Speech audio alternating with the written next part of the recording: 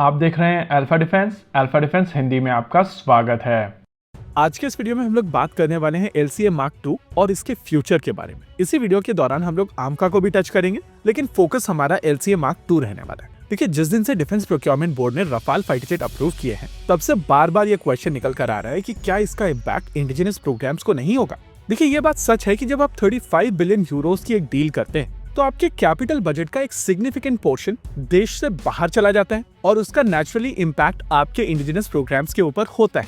हालांकि अगर भारतीय वायुसेना के अभी के इंडिजिनस प्रोग्राम्स की बात की जाए तो कहा जा सकता है कि यहाँ पर कोई भी इंडिजिनस प्रोग्राम इम्पैक्ट नहीं होगा। चांसेस है कि कैपिटल एलोकेशन में थोड़ी डिले हो सकती है, लेकिन नंबर्स के ऊपर उसका किसी भी तरीके का इम्पैक्ट नहीं आ रहा है। आप सभी को याद होगा, 2 दिन पहले हम लोगों ने भारतीय वायुसेना की स्क्वाड्रन्स को काउंट किया था और लार्जर स्कीम ऑफ थिंग्स में सभी एयरक्राफ्ट्स के नंबर्स को भी काउंट किया था। अगर आप फिर से उन नंबर्स को देखेंगे तो आपको समझ में आएगा कि भारतीय वायुसेना के पास में इस समय 15 स्क्वाड्रन्स में Su-30 MKI हैं, 2 स्क्वाड्रन्स में LCA Mark I, 2 स्क्वाड्रन्स में 36 रफाल और फिर बाकी बचे हुए लेगेसी फाइटर जेट्स। आने वाले फाइटर जेट्स की अगर बात की जाए तो 83 तेजस Mark 1A लॉट 1 के तहत आएंगे और फिर 97 LCA Mark 1A लॉट 2 के तहत आने वाला है। इसको अगर आप स्क्वाड्रन्स में कन्वर्ट करते हैं तो आपको समझ में आएगा कि LCA Mark I और Mark 1A की लगभग 11 स्क्वाड्रन्स भारतीय वायुसेना में इंडक्ट की जाएंगी। यहाँ पर ये इंपॉर्टेंट है नोट करना कि इनके ऑर्डर्स ऑलरेडी दिए जा चुके हैं।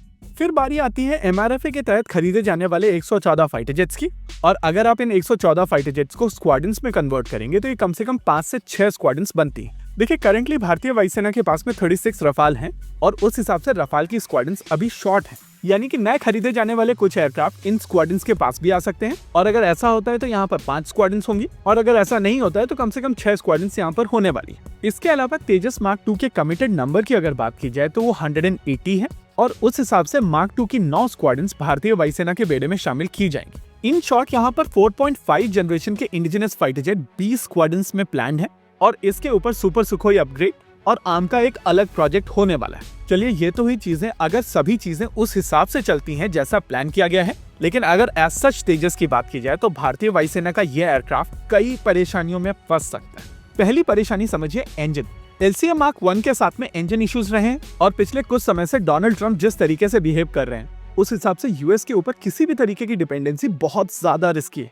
एज सच अगर LCA Mark I की बात की जाए तो शुरुआत में इस एयरक्राफ्ट के साथ में इंजन इश्यूज थे, और ये इश्यूज अब सॉर्ट आउट कर लिए गए। ये एयरक्राफ्ट प्रोडक्शन में भी है और लगभग 12 एयरक्राफ्ट बनाए भी जा चुके हैं। लेकिन क्वेश्चन यहाँ पर उठता है कि यह एयरक्राफ्ट अभी तक भारतीय वायुसेना के बेड़े में शामिल क्यों नहीं किया गया। देखिए, पिछले साल फरवरी में इस एयरक्राफ्ट के साथ में अस्त्रा BVR मिसाइल सिस्टम फायर की गई थी और ये टेस्ट फेल हो गया था। इस टेस्ट के फेलियर के बाद में इस एयरक्राफ्ट के ऊपर कुछ चेंजेस किए गए थे, और ये changes mostly software related changes हैं, जिसके बाद अक्टूबर से दोबारा फायरिंग कैंपेन शुरू की गई। लेकिन ये पूरा एपिसोड एक चीज दिखाता है। इस समय LCA Mark I के ऊपर जाने वाला ELM-2052 रेडार एक इजरायली रेडार है, और इस रेडार को HAL असेंबल करता है। ऐसे में क्वेश्चन निकल कर आता है कि अगर HAL इस रेडार को बना रहा है तो इन सॉफ्टवेयर चेंजेस में इतना समय क्यों लग रहा है, और अगर उसके पीछे कारण है OEM के ऊपर डिपेंडेंसी, तो ये स्क्रू ड्राइवर गिरी यहाँ पर हो क्यों रही है। आपके पास में उत्तम का ऑप्शन अभी भी अवेलेबल है, और इन एयरक्राफ्ट की डिलीवरी को लेकर जिस तरीके की डिले हुई है उसको ध्यान में रखते हुए पहले एयरक्राफ्ट से उत्तम आ सकता था।